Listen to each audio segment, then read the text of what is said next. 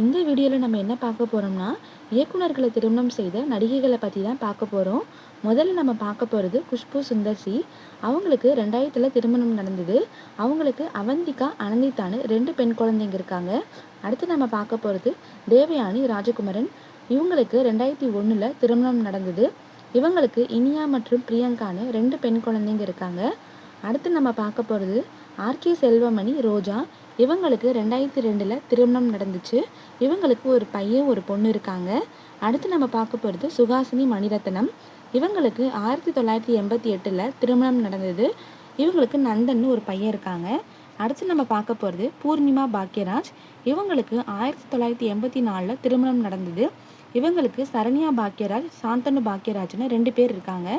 அடுத்து நம்ம பார்க்க போகிறது பார்த்திபன் சீதா. இவங்களுக்கு 1990 திருமணம் நடந்துச்சு. 2001 டிவோர்ஸும் ஆகிடுச்சு. அடுத்து நம்ம பார்க்க போகிறது பிரியா அட்லி.